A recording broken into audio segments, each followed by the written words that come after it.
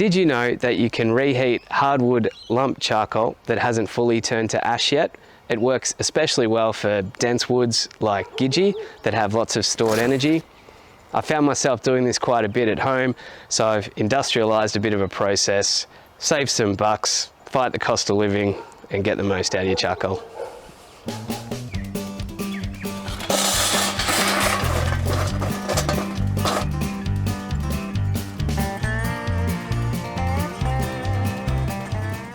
I've got a bucket to quench just here, and then I've got a drying rack or a drainer to dry it again.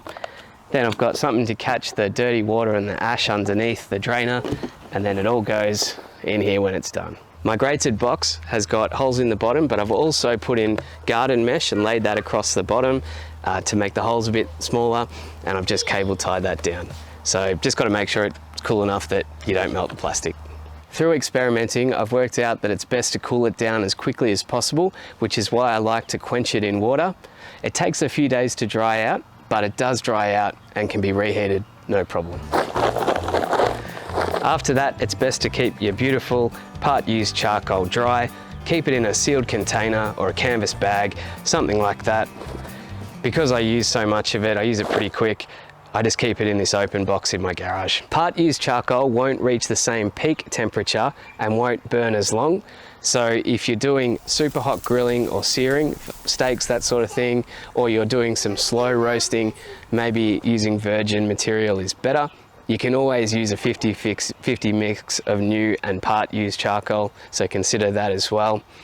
If I'm doing something really precise, or I want to make a hatted restaurant meal in the bush, then I'll always use new charcoal. It's also more difficult to light and requires a bit of technique to get going. I usually put 2 bits of new charcoal at the bottom of the charcoal starter because they catch on really quick and will allow the rest of it to light much more easy.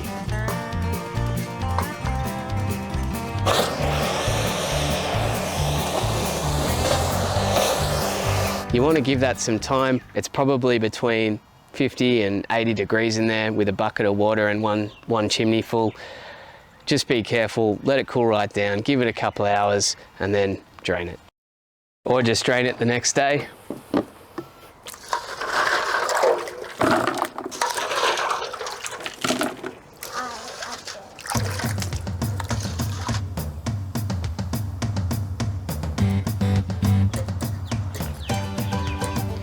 We usually reserve the part-used charcoal for cooking simple things like kebabs, sausages, burgers, that kind of thing, where the temperature and the control doesn't need to be that high.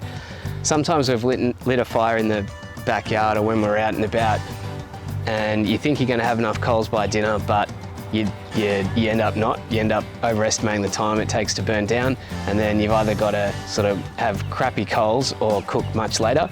So that's a handy way to bolster your fire up as well, just to add some of the part-used charcoal in when it's time to cook.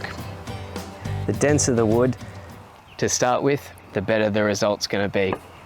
I've avoided using terms like reusing and recycling because you're not reusing or recycling the charcoal, you're just simply pressing pause and then reheating it at a later time. I hope you found this useful. Subscribe if you haven't. Cheers.